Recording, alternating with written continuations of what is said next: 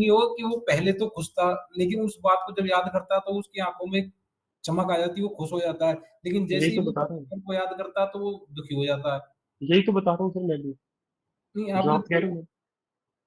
पिछला सुख मतलब अतीत का सुख सर, अतीत मतलब पास्ट। हाँ जी, हाँ जी। हाँ, अतीत का सुख कह रहा हूँ मैं उसको। ठीक है, कोई चिंता नहीं। तो ये है कविता। अगर वो पूछेगा शिक्षक तो 100% इसकी संभावना है या तो उसके पिताजी किसान होंगे या वो खुद किसान रहा होगा कभी। ठीक है, और ये वाला अंतिम पैराग्राफ पूछने की संभावना बहुत कम है, क्योंकि ये कुछ ऐसा है, खैर पैर की जूती जोरू, संकेत कर रहा है पैतृक समाज की ओर। ठीक है, और जुडिशरी में ऐसा प्रश्न पूछना बनता नहीं है, क्योंकि कबीर जी भी की एक पंक्तियां हैं जहां पे किसी जाति सूचक शब्द का प्रयोग किया गया है, तो वो पेपर में डिलीट कर दी गई थी, मुझे याद है। ठीक है, तो हो सकता है ना आए, कोई समस्या नहीं है। तो हम पहले पैराग्राफ को ही करते हैं जिसके आने की संभावना सबसे अधिक है, और मैं सुबह भी करवाया था मैंने, वो भी आपको दिखा दूंगा। पर अब कोशिश करूंगा ऐसे लिखूं कि मैंने सुबह कुछ लिखा ही नहीं है। तो आइए शुरू करते हैं। अंधकार सी गुहा सरीखी, उन आंखों से डरता है मन।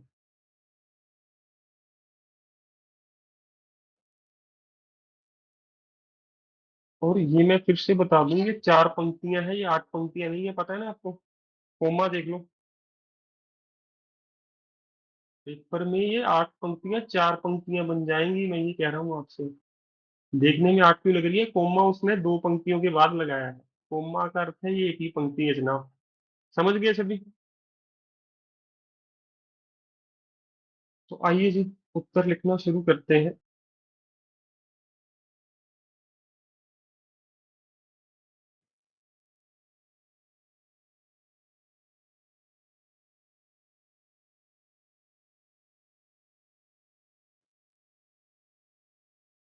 जी जी जी।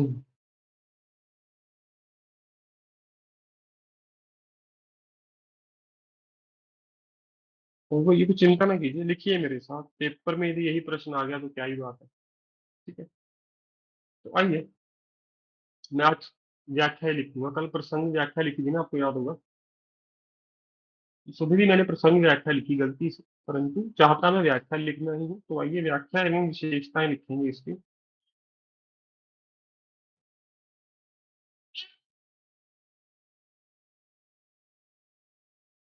लिखिए।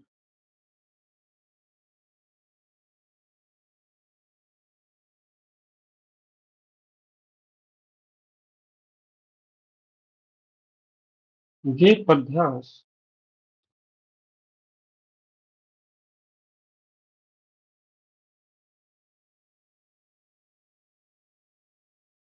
आधुनिक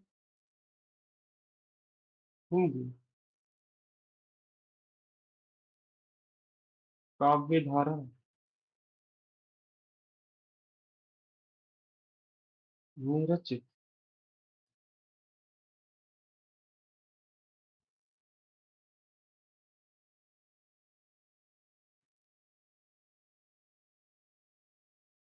वह आंखें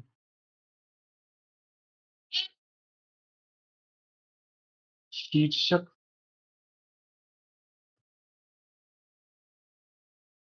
अधीन दर्ज है। ये पद्यांश आधुनिक हिंदी काव्य धारा में रचित वह आंखें शीर्षक अधीन दर्ज है। आगे है जी। इस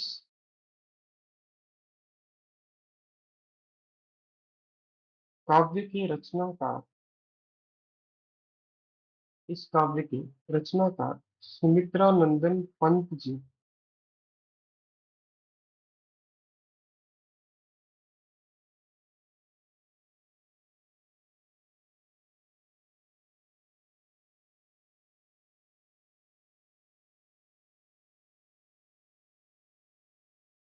वर्तमान समय में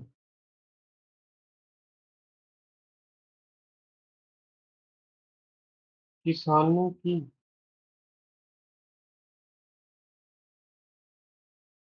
परिस्थितियों एवं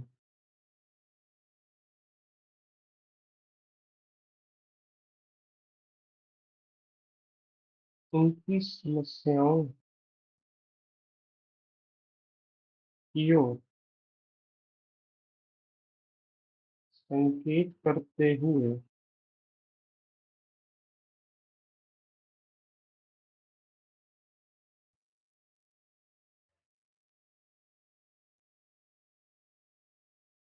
किसान की आंख में जो दर्द है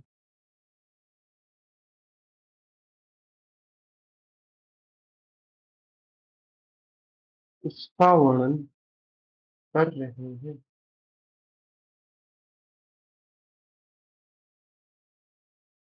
ठीक है, ये पद्यांश आधुनिक हिंदी काव्य धारा में रचित व आंखें शीर्षक में दर्ज है। इस काव्य के रचनाकार सुमित्रानंदन पंत जी वर्तमान समय में किसानों की परिस्थितियों एवं उनकी समस्याओं की ओर संकेत मतलब इशारा करते हुए किसान की आंख में जो दर्द है उसका वर्णन कर रहे हैं। ठीक है जी, संतुष्ट है सारे? प्रसंग ही है ये, आपको पता होना चाहिए। मैंने सीधा व्याख्या में लिख दिया, कोई समस्या नहीं है। इसके बाद लिखेंगे सर्वप्रथम अंधकार सी गुहा सरीखी उन आंखों से डरता मन। लिखिए सर्वप्रथम।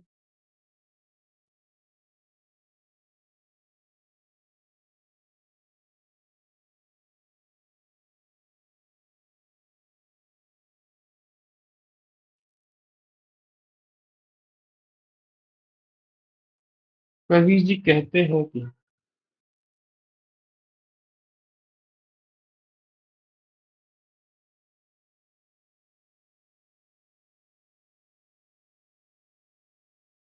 किसान की आंखें उन्हें भयभीत कर देती हैं, क्योंकि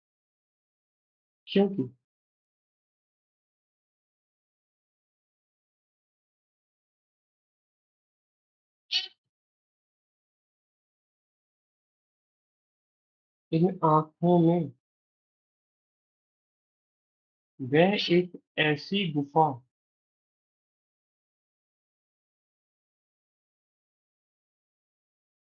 का दृश्य देख रहे हैं जो अंधकार से भरी है।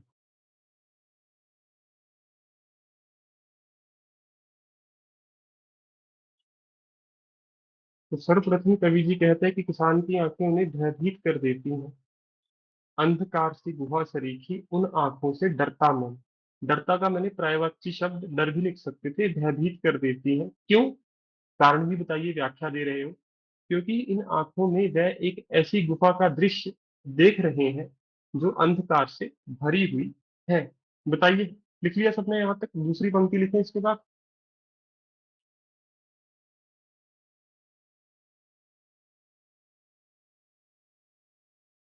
भरा दूर तक उनमें दरुण दैन्य दुख का नीरव रोदन। लिखिए जी।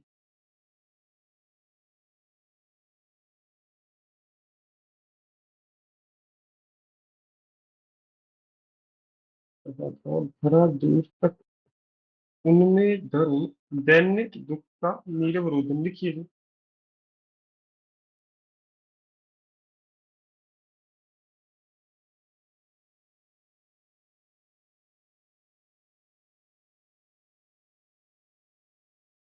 किसान की इन आंखों में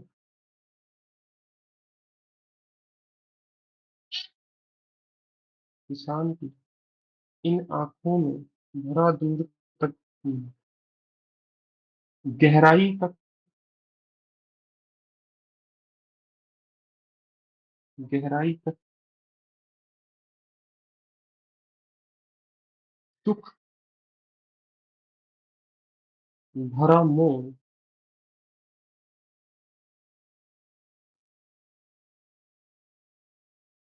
छिपा हुआ है, क्योंकि वह क्योंकि वह बहुत असहाय हो चुका है। दीनता को मैंने लिखा असहाय। मैं आपको सुबह वाली व्याख्या भी दिखाऊंगा, आपको लगेगा किसी और व्यक्ति ने लिखी है। बात वही कर रहा हूँ। किसान की इन आंखों में गहराई तक दुख भरा दुख भरा मौन छिपा हुआ है, तो मौन शब्द था वहां पे, ठीक है, क्योंकि वे बहुत असहाय है।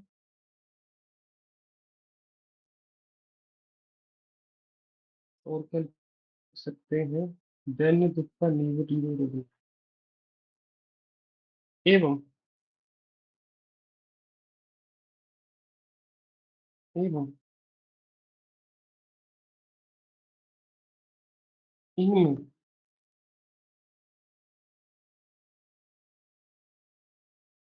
एवं इन कौन से आंसू लिखे? आंसुओं की विशेषता क्या हो सकती है? करुणा। करुणा। आंसू करुण भरे आंसू नहीं, और क्या लिख सकते हैं? खालिस्तान भी छोड़ सकते हैं ऐसे। और अश्रु। इन आंसू, मैं कह रहा हूँ आंसुओं की कोई विशेषता बता सकता है मुझे, आंसू कैसे हो सकते हैं? इन हम्म, नम आंखें। ये भी लिख सकते हैं, कुछ चिंता नहीं, मुझे 1 मिनट दीजिए बस। ठीक है। किसान की इन आंखों में गहराई तक दुख भरा मौन छिपा हुआ है, क्योंकि वह बहुत असहाय है एवं नीरव रोदन है। भरा इन करूं, नीरव रोदन आ गया, शब्द याद लिखिए। तथा इनमें नीरव को मैंने शब्द रहित नहीं लिखवाया था, शब्द रहित आंसू भी। मैं गलतियां कर रहा था, मैं पोइम नहीं पढ़ रहा था, सोचने बैठ गया। परीक्षा में ये गलती नहीं करनी, वापस कविता पढ़ो, शब्द आ जाएंगे। शब्द रहित आंसू भी देखे जा सकते हैं।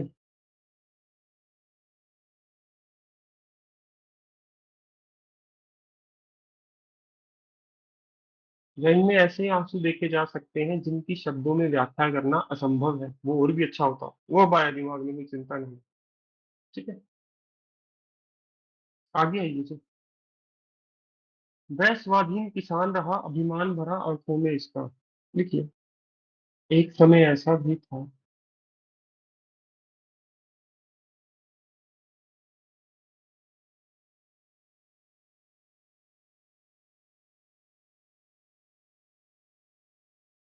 जब किसान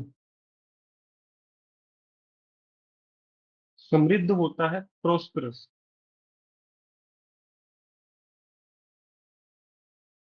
हुआ करते थे, तथा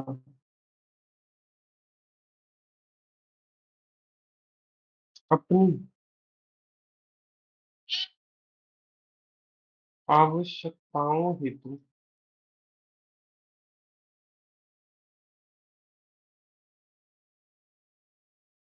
स्वाधीन भी थे। स्वाधीन होता है सेल्फ डिपेंडेंट, आप आत्मनिर्भर भी लिख सकते हो, मैंने पोइंग वाला शब्द लिखा है यहाँ पे। स्वाधीन भी थे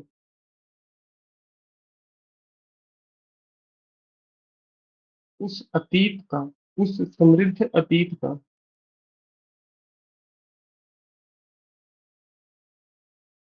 अतीत होता है हिस्ट्री। उस समृद्ध अतीत का अभिमान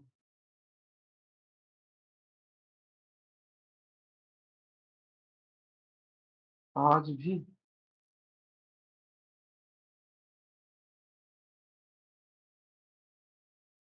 किसान की आंखों में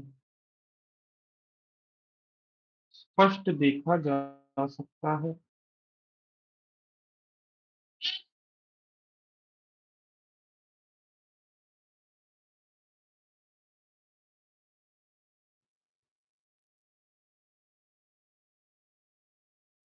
ठीक है? उस समृद्ध अतीत का अभिमान, वो लिखा है उसने, मैंने अपने मन से अब तक कुछ नहीं लिखा, जो वो बता रहे हैं वही लिख रहा हूँ।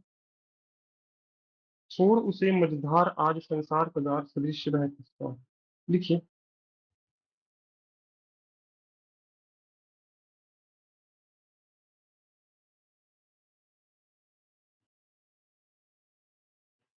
आज संसार ने किसानों का साथ देना छोड़ दिया है,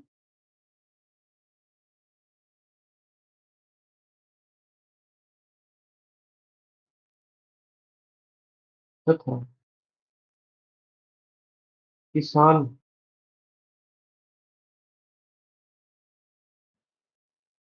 अकेले रह गए हैं।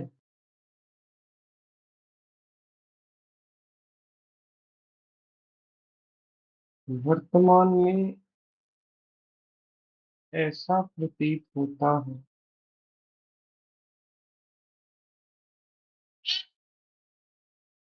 कि किसानों की सहायता हेतु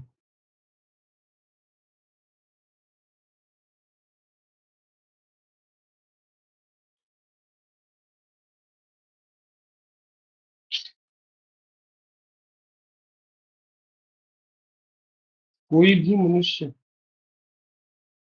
स्वयं आगे नहीं आ रहा है।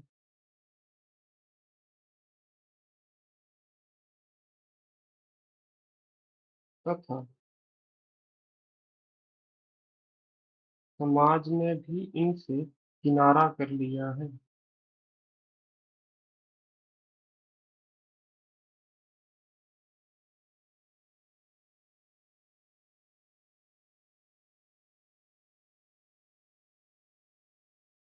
इस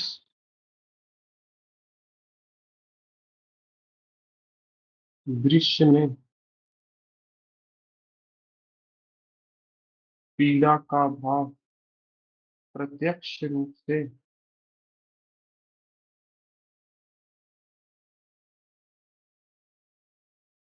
महसूस किया जा सकता है। ठीक है जी। तो ये हुई व्याख्या। अब मैं विशेषताएं लिखूंगा इसकी। कोई शब्द गलत लिखा हो बता दीजिए जल्दी जल्दी।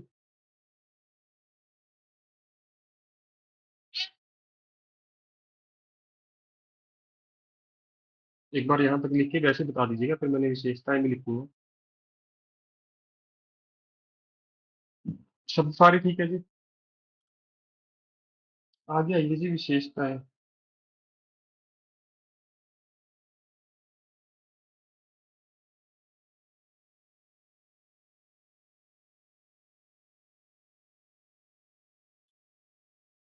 सबसे पहली विशेषता जी, रस। कौन सा रस है? सबका एक ही उत्तर होना चाहिए, टाइप कीजिए, बोलिए मत।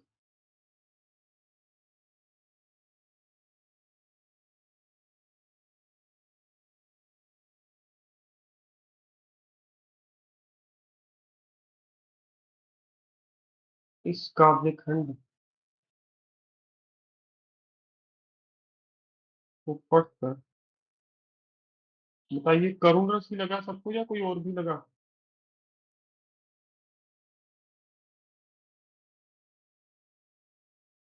करुण ही है ना जी, बताइए।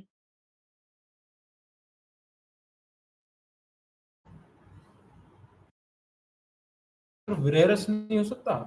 पर विरह रस में बार बार बता रहा हूँ, प्रेम में जब बिछड़ोगे तब होगा। विरह रस प्रेम में है, और संसार के जितने भी दुख है सारे करुण रस है। ठीक है ठीक जी। है।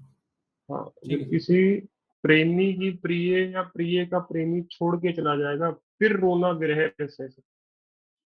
ठीक है, निश्चिंत रहिए, कोई बात नहीं है, पूछने में कोई बुराई नहीं है जी। की जा सकती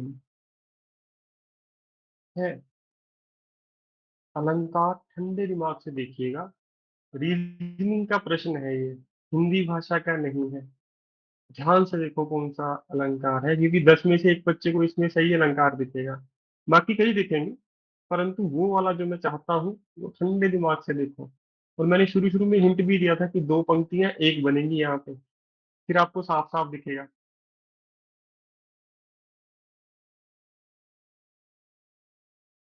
बताइए।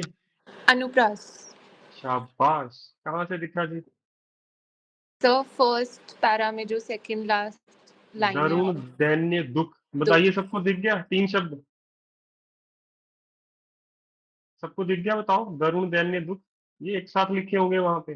नहीं भी लिखे हुए तब भी कोमा के बाद है तो ऐसे भी आप दे सकते हो। अनुप्रास अलंकार लिखिए द्वितीय पंक्ति में। द्वितीय मतलब दूसरी।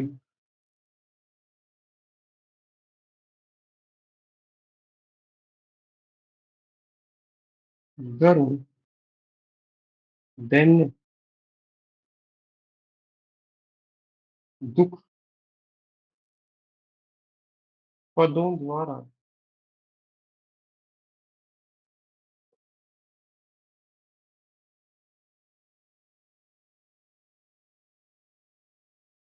अनुप्रास अलंकार का प्रयोग किया गया है। वहां पे ये बहुत कम छात्रों को दिखेगा। ठीक है।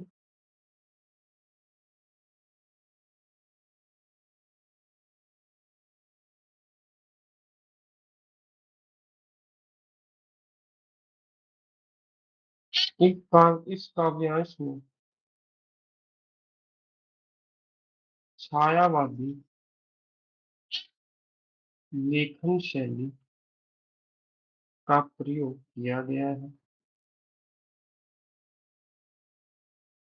छायावादी मतलब अतीत की बात, हिस्ट्री की बात की गई है, बिल्कुल की गई है कि अतीत में समृद्ध था, आज बुरे हाल है। ठीक है।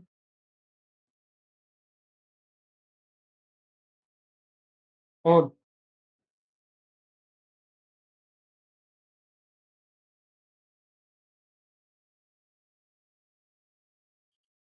इन पंक्तियों में सरल हिंदी भाषा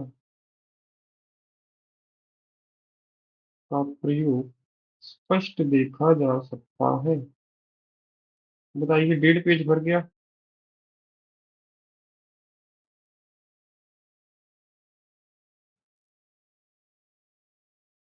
तो यदि परीक्षा में ये प्रश्न आया, बिल्कुल ऐसी ही व्याख्या चाहिए उसको, जिसमें एक बार में ही पढ़ के वो समझ जाए कि आपके विचार क्या है। ठीक है जी। अब कोई प्रश्न पूछो, फिर अगली पंक्ति कविता की तरफ बढ़ते हैं हम मिलके। सर लास्ट लाइन दिखा दो।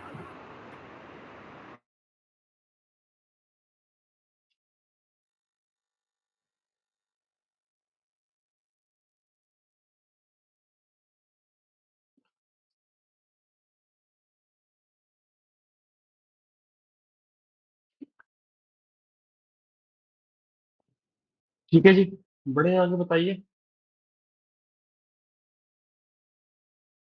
चलिए जी, अगली कविता की तरफ चलते हैं। घर की याद बाद में करते हैं। अगली कविता थी हमारी, एक कल भी पढ़नी है हमें। अकमहादेवी कर लिया था सबने, कल आपको मिल भी गई थी, इसकी व्याख्या याद होगा। अब आइए जी, निर्मला पुतुल। करंट अफेयर से पोइम पूछनी हुई, इससे पोइम हो ही नहीं सकती अच्छे से। इससे बढ़िया कविता करंट अफेयर में आपको पता होगा, झारखंड में जंगल की कटाई चल रही है। वहां पे नेचुरल कोल रिसोर्स मिले थे सरकार को, भाजपा को। ठीक है। क्या कर रहे हैं ये बेचारे वहां पे, संथल ट्राइब भी वहां पे रहती है जहां से द्रौपदी मुर्मू जी हैं। फिर भी उन बेचारे की जंगल नहीं बचा पा रहे, वो अपने उनके जंगलों की कटाई जारी है। जानवर जो है वो गांवों पे हमला कर रहे हैं, उनको लग रहा है गांव वाले हमारे जंगल काट रहे हैं, परंतु बहुत बुरा हाल है जी। तो यदि शिक्षक अखबार पढ़ता हुआ तो ये कविता उसके लिए सबसे महत्वपूर्ण रहेगी आपकी परीक्षा में। कवित्री का नाम लिख लो जी, निर्मला पुतुल।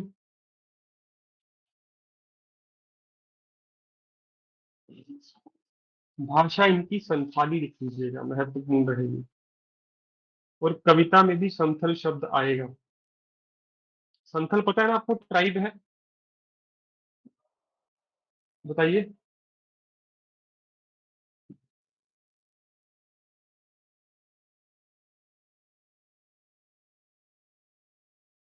सर कौन सी भाषा बोला? संथल कहाँ गया ये देखो, मैं संथाली लिखा, आप संथल लिखो। सर संथल भाषा या संथली भाषा? संथली लिख लो, संथल लिख लो, दोनों चल जाएगा सर। Okay sir.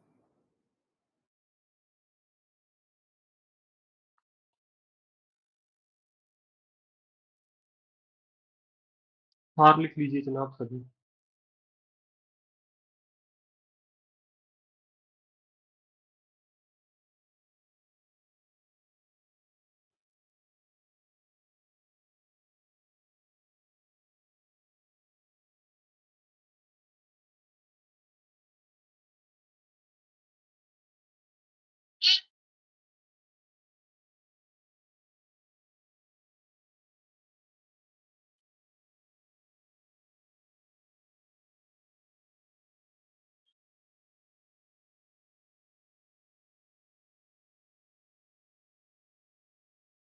प्रकृति के विनाश और विस्थापन, विस्थापन पता है ना सबको क्या होता है? माइग्रेशन के कारण आज आदिवासी समाज संकट में है। जो कविता का मूल स्वर है, मूल स्वर मतलब जो इसका बेसिक आइडिया है,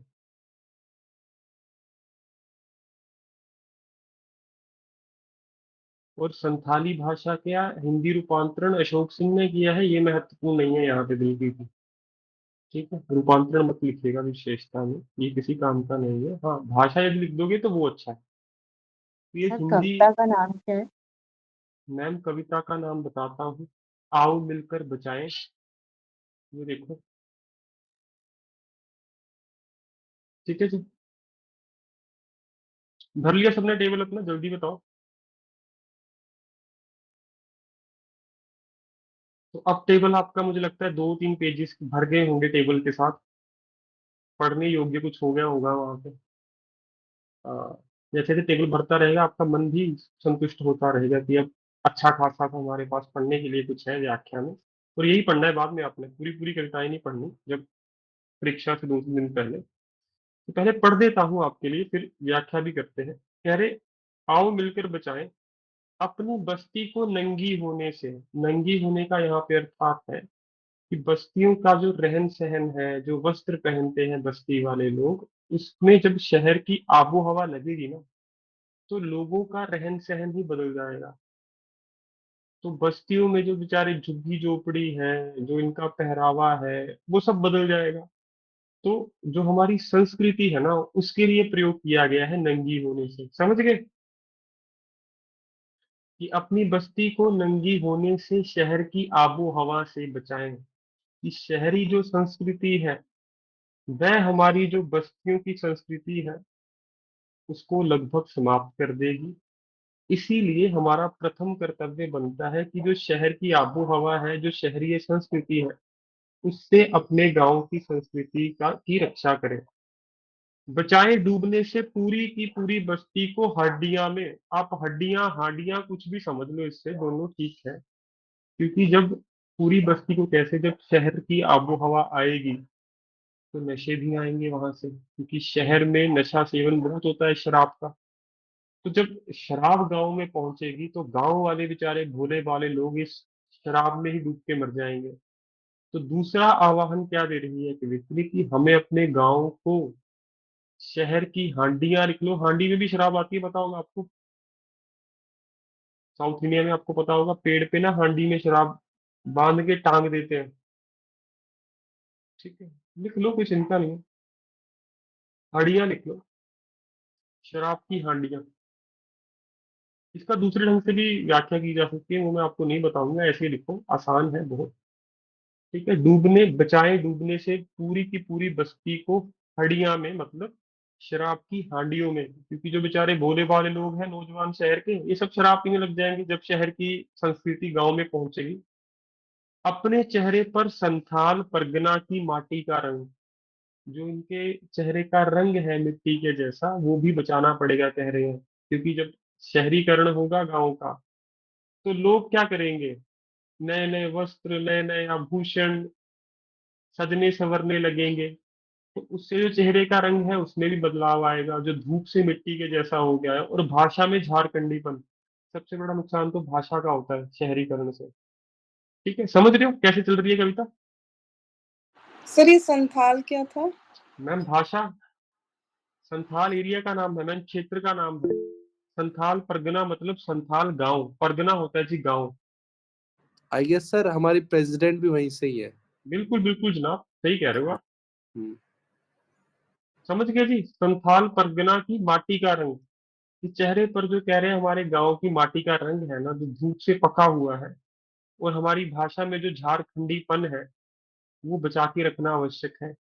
क्योंकि शहर की आबो-हवा जब आएगी, ये सब समाप्त हो जाएगा। ठंडी होती दिनचर्या में जीवन की गर्माहट, हमारा जो वर्तमान जीवन है, उसमें दिनचर्या ठंडी होती जा रही है। हर कोई अपने-अपने काम में व्यस्त है, और इससे नुकसान किसका हो रहा है? जीवन में जो रिश्तों की गर्माहट है, उसका। तो जीवन की जो गर्माहट है, लोगों के मध्य जो प्रेम है, समाज के बीच जो प्रेम है गाँव में, उसे बचाना भी अति आवश्यक है, क्योंकि आजकल सबका जीवन व्यस्त होता जा रहा है। मन का हरापन, हरापन मतलब मन में हरियाली होना, खुशी होना, भोलापन दिल का, गाँव के लोगों के मन में छल कपट नहीं होता। तो वो जो छल कपट रहित मन है, दिल है, उनको बचाना भी आवश्यक है। अक्खड़पन मतलब कई बार गुस्सा भी कर लेते हैं गाँव वाले। जुझारूपन, हर परिस्थिति से लड़ने की जो भावना है गाँव वालों की, उसे भी बचाना अति आवश्यक है।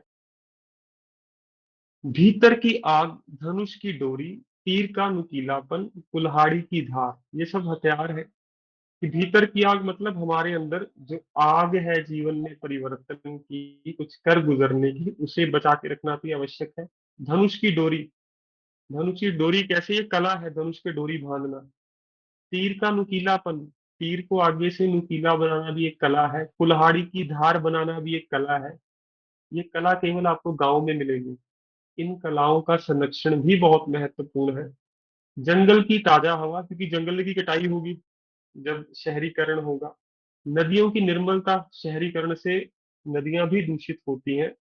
पहाड़ों का मौन, अभी जो बुजुर्ग लोग पहाड़ों के मौन का आनंद लेते हैं, वो भी समाप्त हो जाएगा शहरीकरण से। गीतों की धुन, जो लोकगीत है गाँव के, उनकी जो धुन है, जो अलग म्यूजिक है, उसको बचाना है। मिट्टी का सेंधापन, सेंधा सब कोई शब्द सुना है आपने? सेंधा नमक तो सुना होगा। तो मिट्टी में जो हल्का लाल रंग है ना, उसको बचाना अति आवश्यक है। फसलों की लहाहट, और जो फसलें हैं, जो खेती बाड़ी है, उन्हें भी बचाना अति आवश्यक है। नाचने के लिए खुला आंगन, ये केवल गांव में मिलता है, शहरों में खुला आंगन नहीं होता। गाने के लिए गीत, फिर से अपने गीत गुनगुनाने के लिए। हंसने के लिए थोड़ी सी खिलखिलाहट, खिलखिला के हंसने का जो भाव है, वो भी केवल गाँव में है। रोने के लिए मुट्ठी भर एकांत, गाँव वाले लोग इतने भोले हैं कि थोड़ा सा अकेलापन देखते हैं तो रो भी पड़ते हैं वो। उनके अंदर ऐसा नहीं है कि मुझे रोते देखेगा तो बुरा मान जाएगा। तो ये सभी गुण है गाँव के, जिनको बचाना अति आवश्यक है। बच्चों के लिए मैदान, पशुओं के लिए हरी हरी घास, बूढ़ों के लिए पहाड़ों की शांति। बताइए, तीनों पंक्तियां समझ आई? अब तो आसान ही लग रहा होगा सारा, क्या क्या बचाना है। और इस अविश्वास भरे दौर में, वर्तमान में कोई किसी पर विश्वास नहीं करता। तो इस अविश्वास भरे दौर में थोड़ा सा विश्वास, थोड़ी सी उम्मीद, थोड़े से सपने। समझ आई सारी कविता जी? बताइए। तो सुबह मैंने व्याख्या करवाई है इन पंक्तियों की। भीतर की आग, आपको मैं करवाऊंगा पहली 8 पंक्तियों की। करें जी शुरू। तो इसकी व्याख्या आपको मिल जाएगी। भीतर की आग, धनुष की डोरी, तीर का नुकीलापन। तो संभावना मुझे दो ही लगती है, या तो ये पहली 8 पंक्तियां आएंगी, या फिर वो 8 पंक्ति। दूसरी की मैं कर चुका हूँ, इसकी करने वाला हूँ व्याख्या। कोई प्रश्न है पूछ लीजिए, फिर मैं व्याख्या शुरू करता हूँ। पूछे पूछे सर एक बार वो भी बता दीजिए कि अगर नाम ना पता हो कविता का तो कैसे करेंगे? करेंगे सर, अगले हफ्ते वही शुरू होगा, निश्चिंत रहिए। ठीक है, तभी सर आपको रस अलंकार विशेषताएं लिखवाई है मैंने। बोलिए बोलिए। सर इसमें कैसे पता चलेगा कितनी पंक्तियां हैं, या इसमें एक पंक्ति को एक ही मान के चलना है? इसमें ये एक ही पंक्ति है सर, मैं 3 पंक्तियों की व्याख्या कर रहा हूँ। अ, कैसे सर? जैसे अपनी बस्तियों को नंगी होने से, शहर की आबो हवा से बचाएं उसे, ये एक ही पंक्ति है सर। अच्छा अच्छा, ठीक है सर। ठीक है, आइए जी फिर व्याख्या करते हैं इसकी। आपका होमवर्क है आज, पिछले साल जो परीक्षा हुई है हरियाणा की, उसकी एक काव्य खंड है। कल आराम से कीजिएगा, कोई जल्दबाजी नहीं है कल हमें। और कल आपकी कौन सी थी वो? लोहे का स्वाद लोहार से मत पूछो, उस घोड़े से पूछो जिसके मुंह में लगाम है। मैं देखना चाहूंगा आप व्याख्या कैसी करते हो। और कल आपको मुहावरों का भाग 2 मिल जाएगा। मैंने भाग 1 के लिए 2 हफ्ते दिए थे, वो आज समाप्त हो चुके हैं जी। कल से आप मुहावरों का भाग 2 शुरू कर दीजिए पढ़ना, ठीक है? अनुवाद भी जो मैंने आपको असाइनमेंट दिए थे ना, नए बैच में वही करवाऊंगा, ठीक है? तो वो आपको मिलते रहेंगे साथ-साथ, उसके लिए आप चिंतित मत होइएगा। पर हाँ, कल से गद्यांश भी आपको मिल जाने चाहिए, आपको याद होगा। तो कल मैं आपको गद्यांश भी दूँगा 6-7 करने के लिए, जो हफ्ते में आप रोज़ 1-1 कर सको। और ये मैंने सारा शेड्यूल बनवाया था, आपको याद होगा सभी को। बताइए, तो शेड्यूल के अकॉर्डिंग जो मुझे याद है, सोमवार से आप गद्यांश 1-1 गद्यांश की व्याख्या शुरू करो, निश्चिंत होकर।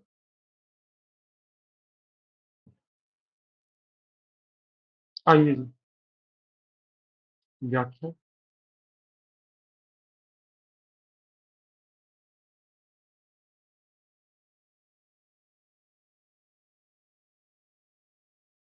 लिखिए।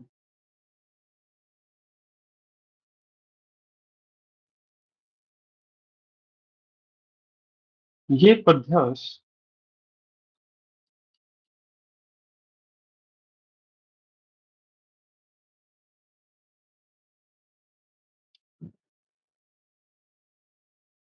आदिवासी समाज से जुड़ी हुई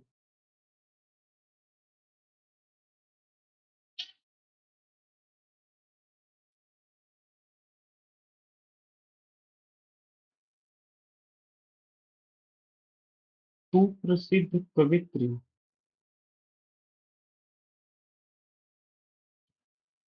निर्मला पुतुल जी द्वारा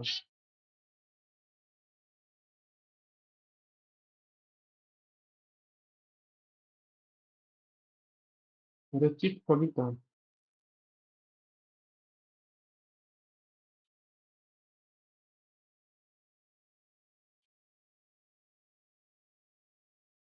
आओ मिलकर बचाएं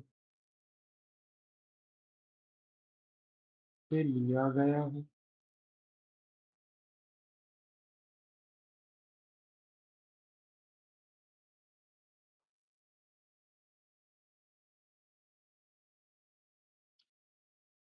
इस काव्यांश में कवित्री जी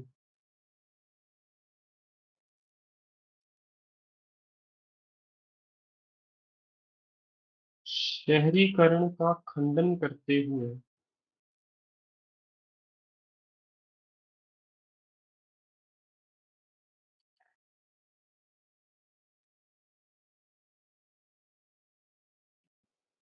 अपने गांव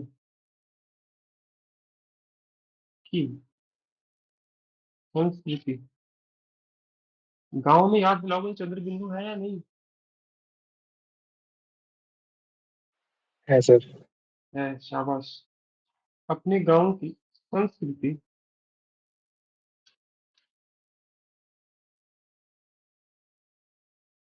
के संरक्षण हेतु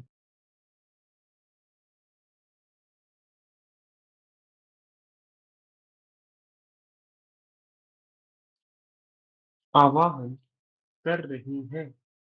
मैंने ह के पाँव में व लगाया है। यदि आपको ऐसा लिखना मुश्किल लगता है तो आप आवाहन ऐसे भी लिख सकते हैं, ठीक है? ह के पाँव में हलंत लगा के आह्वान पढ़ा जाएगा, पर आवाहन ऐसे ही होता है।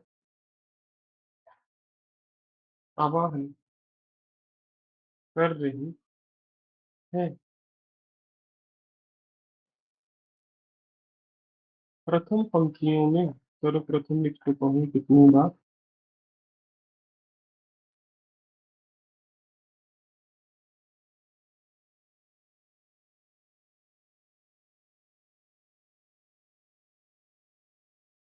रचनाकार जी, तो रचनाकार मेल फीमेल मैंने आपको बताया था ना, दोनों होते हैं। और अगले हफ्ते से हम रचनाकार ही लिखेंगे, क्योंकि हमें पता ही नहीं होगा कवि है या कवित्री है, तो वहां पे आप क्यों रिश्ते देंगे। आओ नंगी होने से शहर की आबो हवा से। प्रथम पंक्तियों में रचनाकार जी कहती हैं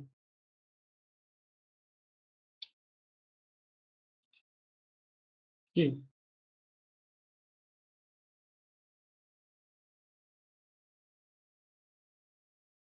जब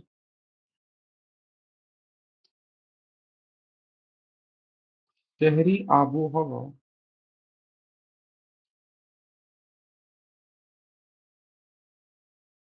अर्थात शहरी संस्कृति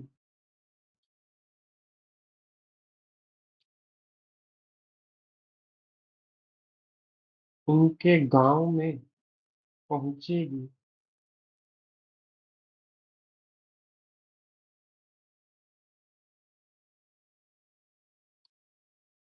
तो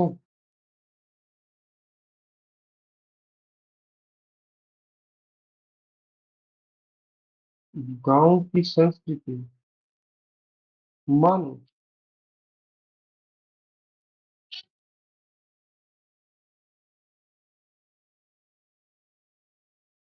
नंगी हो जाएगी।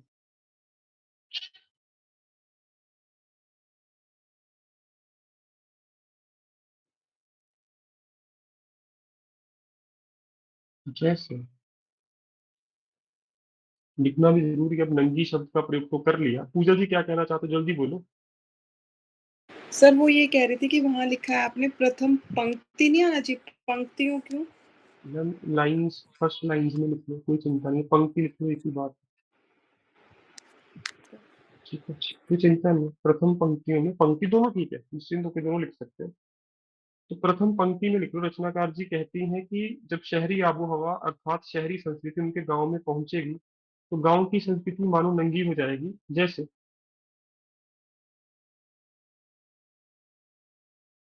उनका रहन सहन,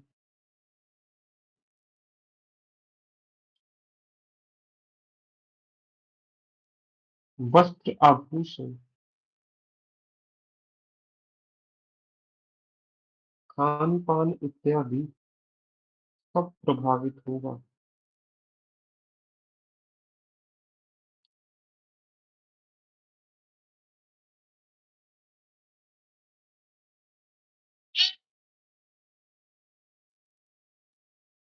ठीक है जी।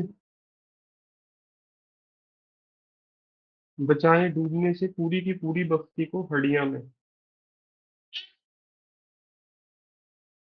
शहरीकरण का सबसे बड़ा दुष्प्रभाव। शहरीकरण आपको पता है ना क्या होता है अंग्रेजी में?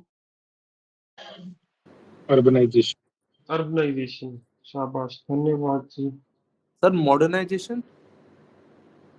उसको आप आधुनिकीकरण कहते हो सर। ओके। ठीक है जी। शहरीकरण का सबसे बड़ा दुष्प्रभाव यह होगा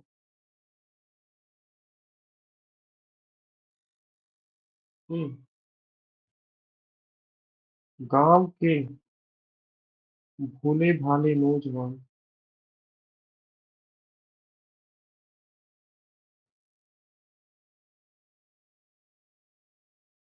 बेरोजगारी,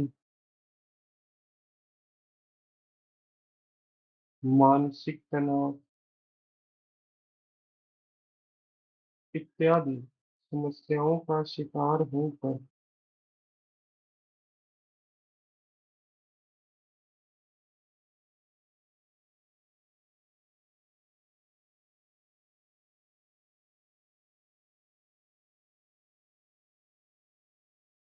शराब के आदी हो जाएंगे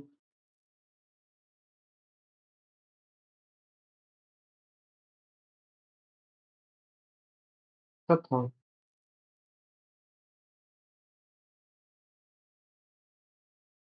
संपूर्ण गांव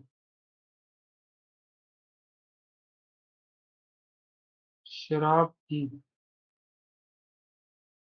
हाड़ियों में मानो डूब ही जाएगा।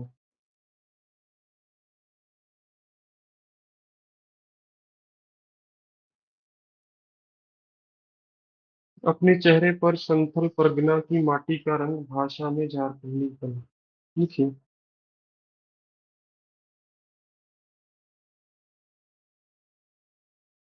संस्कृति में बदलाव का सबसे बड़ा प्रभाव तो भाषा पर पड़ता है।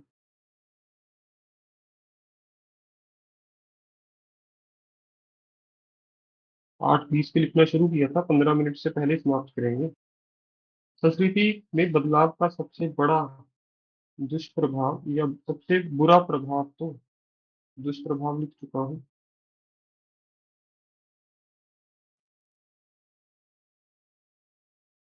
क्षेत्रीय भाषा पर पड़ता है।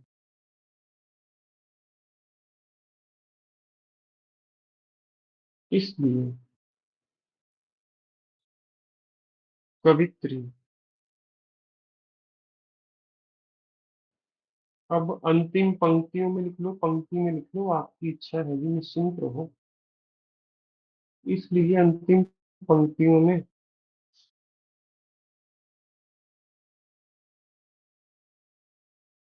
अपनी भाषा के संरक्षण हेतु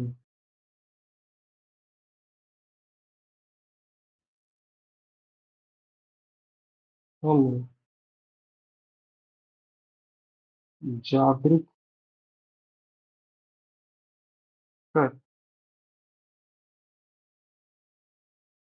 रही है।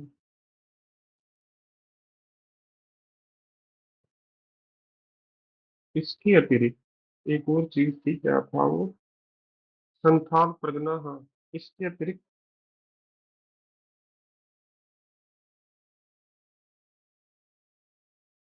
ग्रामीण वासियों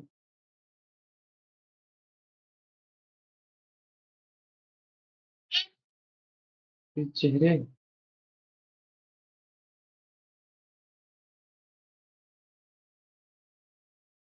का मिट्टी जैसा रंग भी उनकी विशेषता है,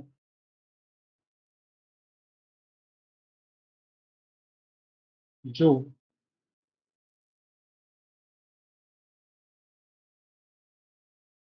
शहर की आबो हवा से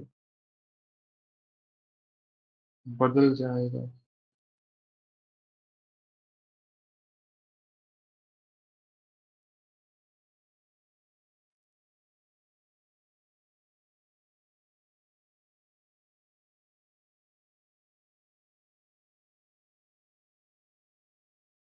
इस काव्य खंड में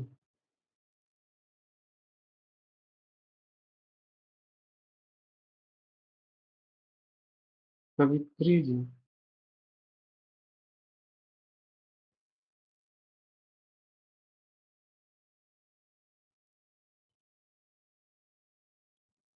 अपने गांव वालों को यह समझाने का प्रयत्न कर रही हैं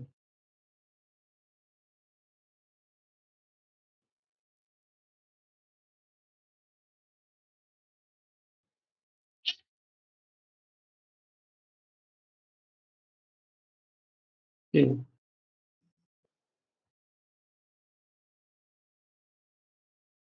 आधुनिकीकरण उनकी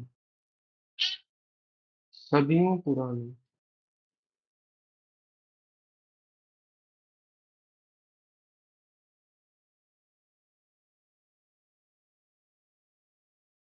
परंपराओं का दोहन कर देगा।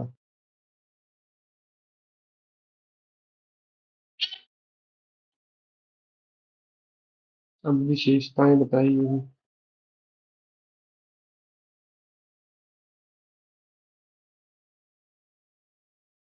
सबसे पहली विशेषता क्या है धीरज?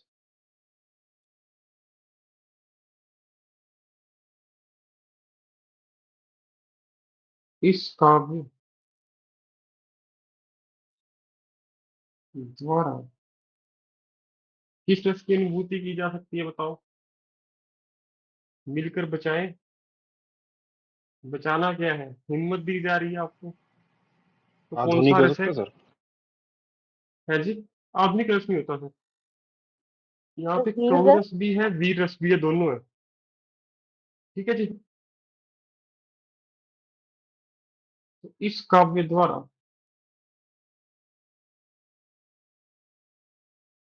वीर रस की अनुभूति की जा सकती है।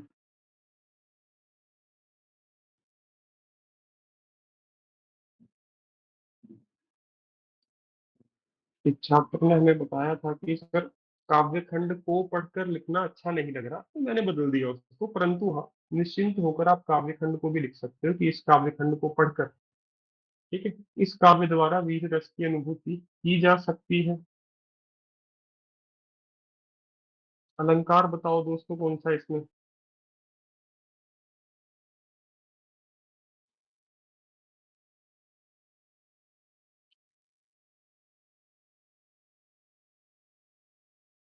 बस्तियों को नंगी होने से कौन सा रूपक अलंकार आएगा जी?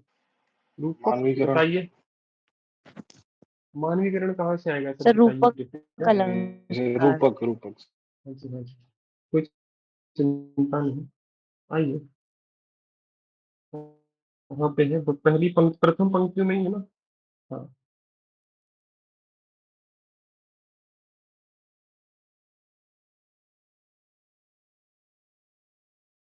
प्रथम पंक्ति में बस्तियों को नंगी होने पदों द्वारा, या बस्तियों के भी लिख सकते हो, समय तो हो गया, कोई बात नहीं। व्याख्या तो 10 मिनट में लिखी, 5 मिनट ये लिखा गया मुझसे। और बताइए भाषा।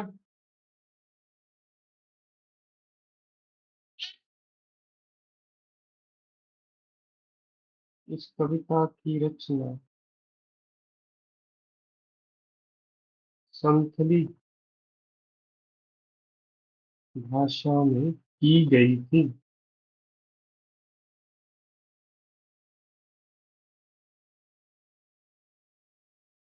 और इसमें कौन सा वाद आना चाहिए बताइए? लिखो, कटाक्ष शैली है इसमें। कटाक्ष पता है सबको क्या होता है? क्रिटिसिज्म। सर व्यंग कह सकते व्यंग हैं। में, बहुत बढ़िया, सही शब्द में यही लिखना ना, पर कटाक्ष इसीलिए पूछ रहा हूँ। क्रिटिसिज्म लिखिए।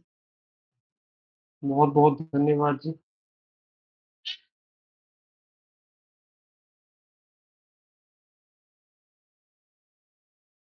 इस पद्यांश में व्यंग में शैली का प्रयोग, ये शुद्ध शुद्ध में आ सकता है शब्द व्यंग, किया गया है। लीजिए जनाब, आपका उत्तर तैयार है। अब मैंने कोई शब्द गलत लिखा तो आप मुझे बता सकते हैं, जिनके प्रश्न है वो पूछ सकते हैं। दोनों कविताएं बड़ी बड़ी थी यार, दो ही कर और पाए हैं। प्रयत्न किस पहले? प्रयत्न गलत लिखे हैं, कहाँ लिखा है? शायद सर।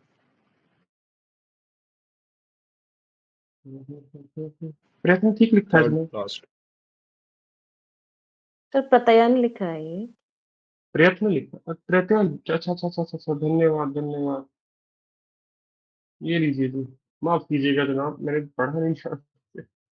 ये लीजिए, अब सही है, बताइए। सर एक विशेषताओं में रूपक के बाद आप अलंकार लिखना भूल गए। नहीं सर, अभी भी गलत। सर अभी प्रयत्न लिख दिया गलती से। प्रयत्न, हाँ कोई बात नहीं, ये लीजिए जी। पहले मैं अलंकार लिख दूं, फिर इस पे वापस आता हूँ, 1 मिनट दीजिए। बहुत बढ़िया जी, अच्छा है हम सब जाग रहे हैं। रूपक कहाँ पे है, पहले इसको ठीक करता हूँ। पंक्तियों में रूपक अलंकार। परीक्षा में ऐसे तो नहीं करोगे?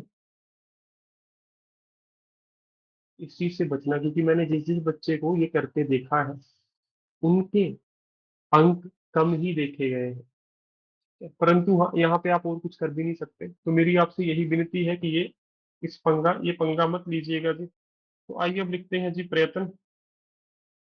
इसको मिटा दिया जाए पहले तो। हाँ जी। सर व्यंग्य में शैली का क्या मतलब है? क्या जी?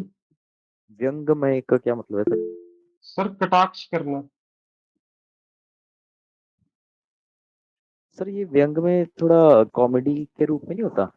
नहीं, ज़रूरी नहीं है सर। व्यंग करना कटाक्ष, वही कटाक्ष से मैं व्यंग में तभी लेके आया, पहले मैं आपको कटाक्ष बताया, आपको कटाक्ष होता है आप क्रिटिसिज्म करो, ठीक सर है? क्या कह सकते हो जी? अब ठीक है जी, मेरा प्रश्न बता दीजिएगा ये भी, इस पे तो हम चर्चा नहीं कर पाए। और बताइए जी। हाँ, हाँ, प्रश्न पूछिए। सर व्यंग्य में य आएगा एंड में अगर व्यंग लिखें तो? हाँ जी सर, ये भी मैंने आपको, व्यंग्य तो ठीक है ऐसे, बताइए। तो जैसे हाँ, व्यंग बोलते हैं ना, व्यंग्य आएगा उसमें एंड में? आप ऐसे कह रहे हो, ये ऐसे नहीं होगा जनाब, नहीं नहीं सर, यही एक कह रहे हो। अकेला य। व्यंग्य, मैं समझा नहीं सर, टाइप करके बता दीजिए आप कैसे लिखना चाहते हो। सर या तो व्यंग मतलब ग जो हाँ, पूरा लिखेंगे वो, हाँ या जी। आधा ग लिख के एंड में य डालेंगे, जैसे यहाँ पे व्यंग्यमय लिखा है ना आपने। व्यंग्य में, वैसे हाँ पूछ रहा हूँ, जी। अगर व्यंग व्यंग लिखना है तो ग से एंड करेंगे। व्यंग्य तो ग से, मैंने बिल्कुल ठीक लिखा है, व्यंग्य में ठीक लिखा है जनाब। व्यंग्य में इसीलिए मैंने शुद्ध शुद्ध में डलवाया, ये ठीक लिखा हुआ है। आप व्यंग की बात कर रहे हो, वो आप ठीक कह रहे हो जनाब, ठीक है। व्यंग्य हाँ जी में तो सर। ये ठीक लिखा हुआ है, जो आप व्यंग कह रहे हो अब मैं समझ गया, वो ठीक है आप कह रहे हो सर। ठीक है जी, और पूछिए जी। व्यंग्य में आपने पूरा ग कहा संदीप जी, यही कह रहे हो ना? मैं दोबारा बता भी देता हूँ, मैं ये समझा आप यही कहना चाहते हो। हाँ जी सर, व्यंग। हाँ, हाँ जी। ठीक है, ठीक है, परंतु व्यंग्य में मैंने ठीक लिखा है इसको। और गलती मेरी कोई प्रश्न हो आपका पूछ सकते हो, निश्चिंत होकर जी, कोई चिंता नहीं है, बहुत